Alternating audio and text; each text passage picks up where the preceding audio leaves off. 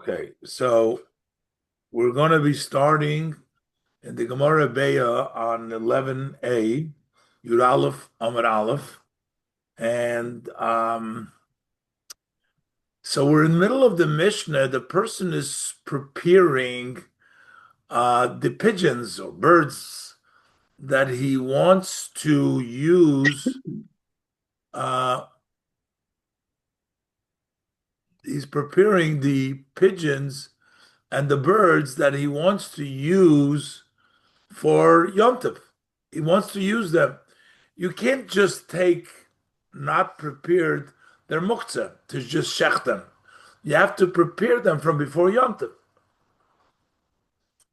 So the Mishnah seems to say something really obvious that we don't understand why the Mishnah has to even say that. The Mishnah says that Be'in Ein Shom Elohein, he prepared two. There was only two pigeons there, and he prepared them. Those two. Uh, he prepared them while they were inside the nest. There was only two. There was nobody else around. Now he finds these two on the ledge in front of the nest. So the Mishnah says, if there is only these two, Hare'elu mutarim, then you can use them because we know these must be the ones that came from inside the nest because these are the ones that was there from before, so they must be there now. Rashi, V'im ein shom Elohein, sagt Rashi, im ein svivaseyem esmoil, Elo hein beis. If yesterday, around them in their environment, there was only two pigeons over there, only they two. So then we say, Hare elu mutorim, then these are permissible. Why? Because there was nobody else there. There was two inside the nest. There's two in the front. The vaday elu sheizmin betoich hakan. These are definitely those that he prepared inside of the cane, inside of the nest. Ubo lufanel, and they came in front. So we don't have to worry about maybe these are others, and maybe these are not the ones that are prepared. We don't have to worry about that. Why?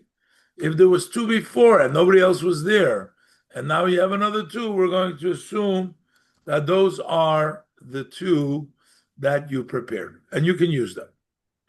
Seems almost obvious, but let's see what the Gemara is going to develop this.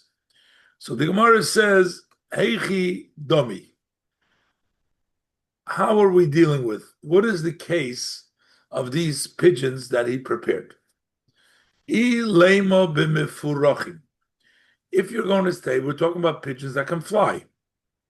Mefurachim, they are flying, which means Rashi teaches Mefurachim, Gedolim, they're big, Uperchim lemerachik, and they fly for a distance. So, in that case, how are you sure that the ones that are sitting here are the ones that came from the inside? But there is still to say, Hanach ozlu la'alma, those that were here prepared from the cane, they went around, they went somewhere else to the world. And Vahani acharininu, and these two that are there now are others. Just because there was two inside, those are not the same that were inside. We see two birds, maybe those from the inside left. And these are two new ones. So why could you use them? So you're going to say no. So what are we talking about? Hello. You're going to say we're talking about bimedadim. Medadim means they hop. Those little chicks, they can't fly yet, but they can hop. They can jump around. So you don't need to worry that these flew away or that they came from elsewhere because they can't fly. So they must be from here. So the Gemara says, still we don't understand. Even if you didn't see anybody, but if there is a nest within 50 amo, that is the amount that little chicks jump, even if they can't fly. But if it's 50 amo, they can get there. So if there is another cane, another nest within 50 amo, so then how do you know that these are from this nest? That yay adadu. They have jumped. They hopped over from the other nest here. Didn't we say that the nests were, I mean, in the Mishnah, you needed a ladder to get up to the nest. Yes. So I mean, they could jump, hop, hop, hop, hop.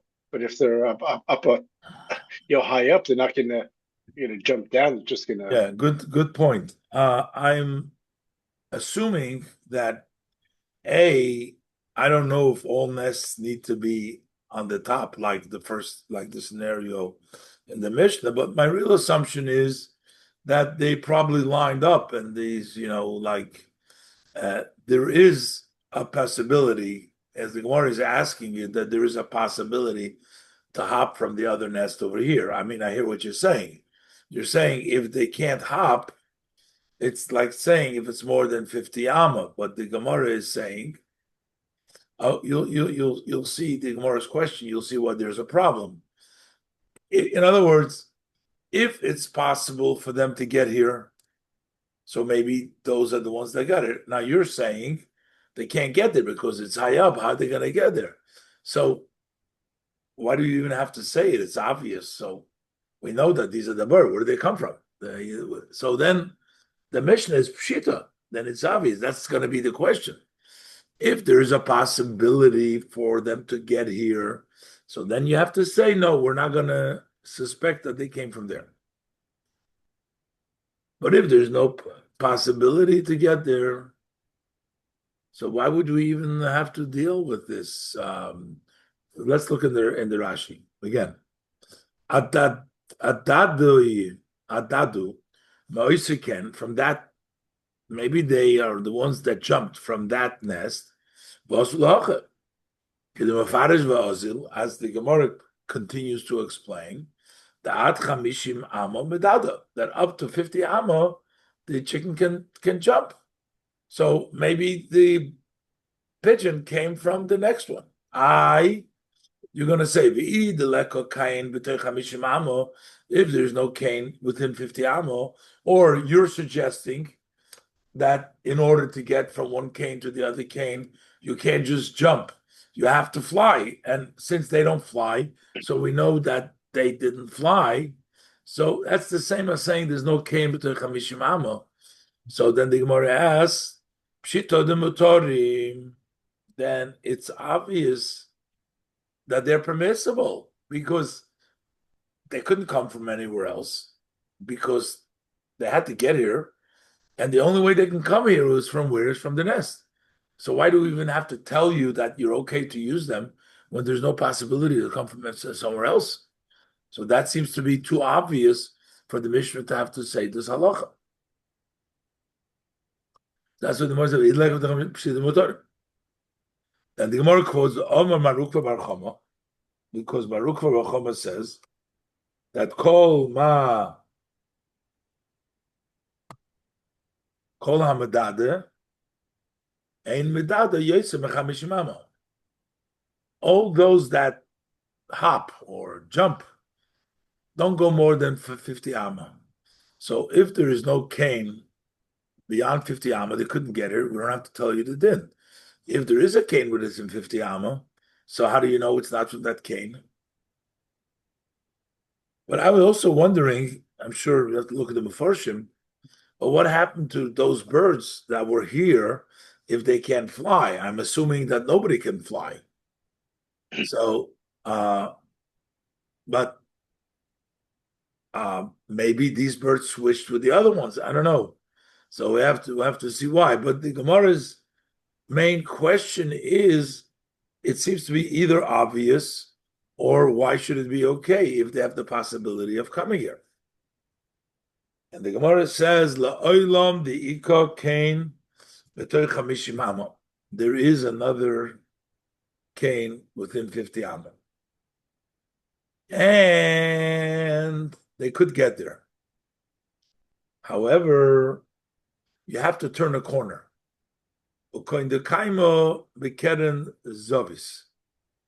That the nest is at a corner of the of the house, and it doesn't see directly to the other nest from it. Rashi, Bikeren Zovis, Shezovis Habayit Boila Boilet Lahala Min Hashevich. The corner of the house protrudes further than the Shevach, so the Shevach can't see. The Kain Zeh Shezimen Boy Oimed Litzdodi. This is standing on the side. So, in other words, the house corner is further than the nest, and the nest that he prepared is on the side. The Ihave Osi Lahocha, had those birds come to here, Lahavichazi Likane, they could not see their nest. Had they come to this new nest, they cannot see their nest. Because the corner of the house is obstructing in front of them. So if they came here, they could not see their nest. So therefore, we don't really worry that they came from there. But now we have to tell you what the chiddush, but there's a chiddush here. Mahu de tema, you might think adu adadu, that they actually jumped. You might say Kamash Malone. Why did they jump over here? Because maybe they happened to come here. So therefore, Kamash Malone Kail Heicha de Medade. So what he's trying to tell you, whenever she can jump and then she can see her nest after she jumps, she'll jump there. But if she doesn't see her nest where she jumps, then she's not going to jump there. Basically, the Mishnah is telling you some natural facts of how the behavior of a pigeon, that only if it can see where it's coming from will it go to the other place. But if it can't see, then it's not going to jump. And that's why if you prepare two and you find the two, even though it was at a corner and it obstructed, still you can use them because we're not worried that it came from there since they can't see. And that's the chiddush of the Mishnah. We'll do the next Mishnah. Funny because the one thing you think about pigeons is they're homing, they're homing pigeons, right? That's the one thing they do is they find their way back to things. Find their way back. But if I'm not sure if they're homing pigeons. What is a homing pigeon? Is a kind of a pigeon, or every? It's I don't know. Yeah. I know nothing about pigeons other than that. Yeah, other than what the Gemara says. Yeah. All right, next Mishnah. So we already had this, Gemara brought down this Mishnah before. And here we have Machloikes Beis Shammai and Beis Hillel, whether you can use an item which is normally used for a prohibited job on Yontiv, can you use that item for something permissible? Let's look inside. Beshamai Yomerim, Beshamai say, Ein Neutlim es ha'eli lekatziv olav bosor. Eli is a thick board, a heavy piece of wood. And when you use when you crush things, a grinder, so they used to put this heavy board on top to crush. So on Yom Tov, you're not allowed to grind. So this board is considered as a keli whose job is for Isser. It's meant for prohibition. So even though you want to use this board to butcher meat on it, you want to cut meat on the board. He says, "Ain again, ain neutlinessa eli." That's heavy board. Lekatzev basar, to butcher on it meat, to cut up the meat on it. And Rashi explains the eli is malachta leisur. The job normally is for a prohibition, that is lichtosh b'machteshes, to crush in a crusher. Mishum hachi osrile beishamai, and that's why beishamai says can't use something which is normally designated for an isur, even though now you want to use it to butcher, you want to cut the meat, but you can't use it. Beis Hillel matirim, Beis Hillel said it's permissible. I mean, we know that's the halacha, let's say on Shabbos. If you want to use a hammer is considered lachta leisur. Shabbos, you're not allowed to bang nails. But what happens if you wanted to use the hammer to lean the plate on it? Then it'll be okay because you're using something which is a keli, but even though it's malachta leisur, you can do it for permissible. That's why Beis Hillel matir. But here we're talking about yontif. Beishamai Emrim, another halacha, they said, a noisnin eso'oil lifnei hadirson. So on Shabbos, on Yom Tov, you shechted the animal. Now the question is, what do you do with the skin?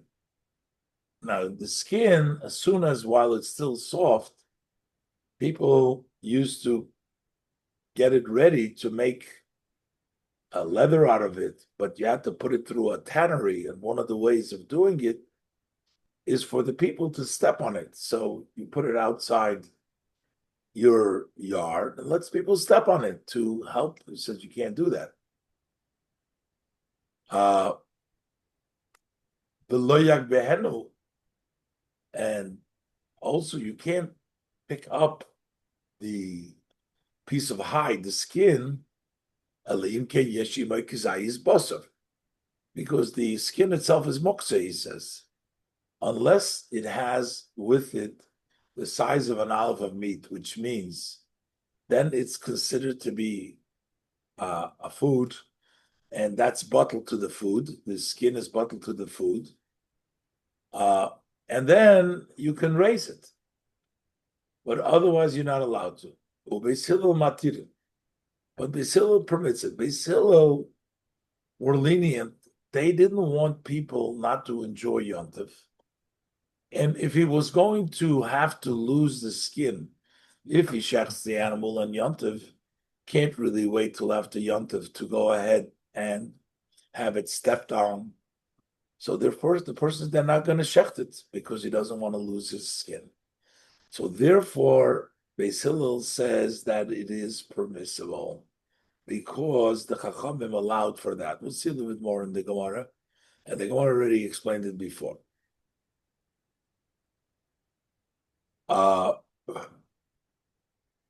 Next week, Zog the Gemara. Tono. So we learned in a Braisa that Vishavin, and they both will agree that She'im Kotzav Olav Bosor. Okay, you use the Eli and you used it for meat. So according to the Beis Hillel, you are allowed to. But once you used it already, that doesn't mean that you can go ahead and use the Eli again, only because you're allowed to move it because it was for the purpose. But let's say if you want to move it, you want to take it out of the sun, let's say gufa, what do you want to do? Then you could do it. Yeah, what's okay? Ah, the Shabbos. Excellent. Shirkoyach. Sorry for not remembering. I say sorry for not remembering. Okay, good, excellent. So the Gemara says that once you used it, you can't just use it again on Yom Tov just to move it around for its own need. Why? They say this abedle this abedle tzorich Yom Tov, because whatever you needed on Yom Tov you already did. You cut up the meat. There's no need to move it anymore. So therefore, you can't. In other words, it doesn't become permissible now like something which is permissible. It still has malachta leisur. It still remains that way. Its only thing is you can use it for when you need it, and then you can't use it anymore. I guess unless you need to cut up some more meat or something, or you use it for, but not because the needs of Yom Tov have already been done, and now it's also done. Now, Amar Abaye, Abaye comes in also, he says something else. He says, Machloikis ba'ali. Ali is like I said, is the heavy piece of board that puts down the grinder, that presses down, grounds the meat. But there's another vessel called Tavro Garmi. It's interesting. The name of it's a bone breaker. That's, I guess, a board that you cut, a cutting board that you cut meat on it. But they call it, according to what they call it, a Tavro Garmi, a bone breaker. That's the name of that board. But he says a bone breaker, Tavro Garmi, and Rashi says, Ham yuchedes lekatziv bosar. That's designated to cut meat on it, to butcher the meat on it. That's what you use. So then divra hakol mutter. Everybody agrees that it's permissible because that's used for permitted. The ali is used for not permitted things. It's a crusher, you're not allowed to do it on a yonta, but the cutting board is okay, not a problem. And the Gemara says, and soon we'll see in the Rashi in the Gemara why not? What's the problem? Like what somebody said, if you put in a milchik spoon in a milchik pot, it's kosher, right? Because it's a milchik spoon in a milchik pot. What's the shaila? A milchik spoon in a fleshik pot is a problem, but a milchik spoon, so you're using butchering something that is cutting up meat. Why not? The Gemara is going to explain in a minute. Also, but the Gemara asks, Pshita Ali Tanan. The Gemara is asking, this is obvious because it says Eli, it's talking about Eli. Why would you think that you cannot, there's no machlokes over there? And the Gemara says, no, maybe Beishamai would usher even a regular cutting board. Ma'udetema, you might think, why is Abaye coming to tell us? Because you shouldn't think, Ma'udetema, who adin that filu tavre garme nami. Maybe even if it breaks bones, you also cannot use that on Yontif, according to Bishamai. So why does it say Eli? Ma'u l'tema, hu adin dafi l'davra garme osri beishamai. And what would be the reason? Rashi explains now, what would be the reason? Why would we aser a tavra garme? Dilma bosar de totalo mamlich v'loy tovar. Because maybe after he moved it, he's going to change his mind and not going to break it. Meaning, I guess I'm trying to think if this Tavra Garmi is not just a regular cutting board, it's like a strong cutting board which you cut the bones on it. But the person may want to, cut down the bones now, but he's going to change his mind. And it turns out that he troubled himself in vain. Again, it must be that this must be like a special. I mean, why don't we say anything you're going to use in Yom maybe to change your mind and you slept it for no reason, but break a bone breaker, a tavar garmi, apparently is a special. So maybe according to the Bisham, it will be osur. Now, if that's osur, so why does Bishamai only say about the Eli that it's osur? Should have said a tavar garmi also. You're going to say the reason he mentions Eli is to teach you that Beis Hillel is permitting not only a Tavra Garmi, but even a Eli. That they even allow something which is for an Isur. Kamash Malon, he teaches you that no, that even Beis Shammai will not have a problem with using this Tavra Garmi. It looks to me, again, I have to look it up, but Tavra Garmi looks it's sort of a bigger, heavier, it's a more involved procedure with the meat over there. And a person may or may not decide to do it or not to do it, and therefore there's even a svara that the Gemara wants to suggest that maybe Beis Shammai will say no, can't do that because you're going to change your mind. But in any event, since it's a mlachta leheter, there's no disagreement. You would think that Eli is written to tell us that Beis Hillel allows even an Eli, but maybe Beis Shammai will not allow even a Tavra Garmi. So he says no, that it's okay.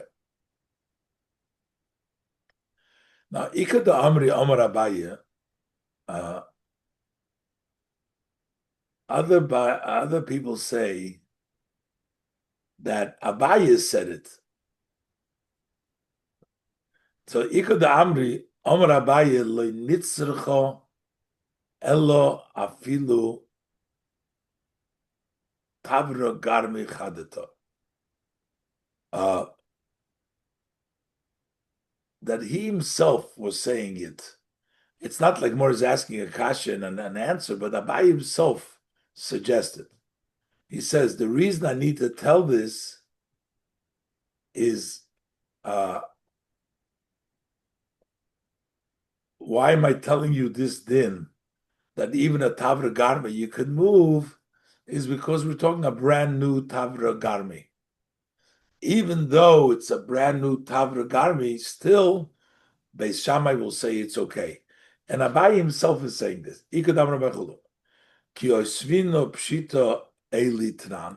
When we ask the question, it says Eli.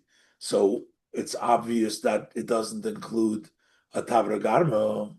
So Shoni Abaye Gufa, so Abaye himself is answering Hochi. He himself is saying this. That lo nitzrecha elo hod amor arinon avol tavra garmi divraka mutar. This that we're saying that if it's a bone breaker, that special board divrahakal mutar elo letavra garmi chadete. Only if we're talking about a kind of a board, a bone breaker, which is brand new. Shaloi kotzav oleho ma'olam. He had never used it yet. This is something brand new, and therefore, the chayis alo mimlach. So there is to worry. He may, I'm not going to use it up now, and maybe he's not going to want to use. So it turns out that he troubled himself schlepping this tavragarmi, and that's why Abayi is saying no. That Beishamai will made it, even though it's a new tavragarmi, that you can use it on Yontev. Kamash Malon, that you can use it. Frag the Gemara, but how could we say Ubeishamai lo chayshi lamluchi? Don't Beishamai worry about changing the mind? How come they don't? Why can you use? Why does Abaye say that according to the Beishamai, you can use even a brand new one, even though he might want to change his mind? Is loy chayshi lamluchi? They don't worry about changing the mind. Bitmia is in a question mark. Uporich l'Abaye. So it's a question of Abaye because Abaye learned, according to Beishamai, we don't worry. The Gemara brings a Braisa, Tanya, we learned in a Braisa, Beishamai Yoimrim, Beishamai say, Ein Boilichim Taboch, Besakin Eitzel Behema. You can't bring a butcher, a shoichet, and a knife to the animal.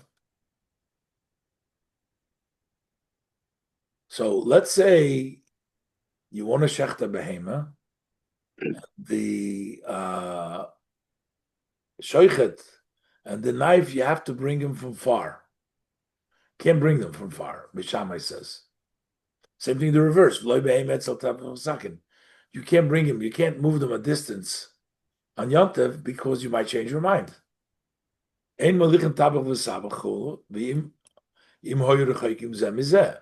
If they were distant, you have to bring them from somewhere else. Can't bring them. Why? Maybe after he troubled, you brought this butcher and you brought the sakin, and then you're going to change your mind. You're not going to do it. So we do worry, according to Beishamai, that you might change your mind. In that Bryce it says, it says that you could take them one to the other. Further, another example where we see that Beishamai in that same Brisa, that Beishamai is worried. He says, Tavlin u'moduch. Tavlin are the spices, moduch is the grinder. And this is a small one, which I guess you can use on Yontev. That's Rashi says it's a buchna. So doichnin by tavlin b'meducha. It's a kind of a small a small thing that you could use to grind or to crush the spices in a meducha, but you can't bring it to the meducha. If they're far away, you can't bring it. And the same thing you can, in other words, you're not allowed to trouble yourself on Yontav. Why? Because you might change your mind. And it ended up being in trouble. But Hillel, you could bring into another. So how come over here you're not worried that this new tavargarma, this new board that he never used, that he's going to change his mind and not use it? And the Gemara says, what kind of a comparison is it? Over there is likely to change the mind. Bishloima behema osi la'amluchi. By behema, he might come to change your mind. The Omar, because he will say over there, Nishbek hai behema kchusha, umaisina behema achriti d'shamina mene. Let me leave this lean animal, and let me bring another animal which is fatter than this one. He'll change his mind. And the same thing is by Akedera, when we talk about a pod. Nami osi li amaluchim. The person will also change his mind The Amari will say, Nishbek hai kedera de boy tablin. Forget about this pot that requires spices. Umaysina achrina the loy boy. I'll bring another one that doesn't require spices. Nishbek hai kedera. Sagt Rashi, min tavshil zeh sheyet tzorich tablin. Let's leave alone this kedera, this food that needs spices like meat and onions need to be spiced up. Let me get something. So therefore, there's a worry that he might change his mind. But hacha ma'ikal meimer. What are you going to say over here? That what? Mimlach b'lei tavar. That he's going to change his mind. And then he's not going to break it. What is he not going to do? Kivon the shachte the tvirakaima. Once you shechted it, is there to be broken to use the board. So we're not worried that you're going to change your mind and you're not going to use the board anymore. We're going to say that you're going to probably use them. Let's do another piece, right? Okay, another piece, yeah? Yeah. Shamay Emrim, ein neislim es ha'oir. That you're not allowed to put the skin to step it. Beshama doesn't allow you to step on the skin. Tana, we learned in a brisa, but Vishavim, they're both agree. Shemolchin ola basar litzli. One of the things you do for the skin, you put salt on it. The salt softens it. So if you want to roast the meat, so when you cook meat, you have to salt it a lot more. If you roast it, you just need a little salt. So a little bit of salt that you use for the meat, if you want to salt it over that piece of hide, the piece of skin, and it will turn out that the skin will be getting ready. You're working through the skin. That's okay. Bishamim will also allow to salt the meat for the roasting. That much salt is okay. Even though the salt helps to work it out. Amar Abaye, Leishanu Ela Litzli. That you can only do it a little bit, that you use enough salt that you use for roasting it on the fire. Litzli. You don't have to salt it well a lot. But for if you want to use it in a pot, no, you can't use it. Because that's too much. It's too obvious evidence that you're salting it to fix the skin on Yontif. You can't do it. This is obvious. It says you can only do it tzli. Why do you have to say that you can't? You can't salt for a kedera. And the Gemara says, what he's trying to tell you, dafilu litzli kein kedera also. If you want to salt for the roasting, but you're going to put a ton of salt like you do for a pot, you're still not allowed to, because that's too much salt. Even if you're roasting it, even if it's similar to a kedera, it's high. When Abaya says that you can't use it for a kedera, he's not talking about you're going to actually salt it. It's sli ke'en kedera, ka'amar. He's saying a tzli which is similar, which is like a kedera ka'amar. Kegoin, Adam hameleach tzli yofa yofa. If you're salting the roast, that what you're going to roast very well, korev limlichas basar. That's almost like salting meat shalatzerich kedera, which is for a pot. And don't make them loy tema called tzli shari. Don't say any. If you're doing it for roasting, it's okay. No, he's trying to tell you, but keep the amount of salt down. You're going to think, oh, I'm doing it for roasting, so I can put a lot. It's okay. I'm not going to worry. It says, no, you have to do it in a way of a little bit so that it should be recognizable.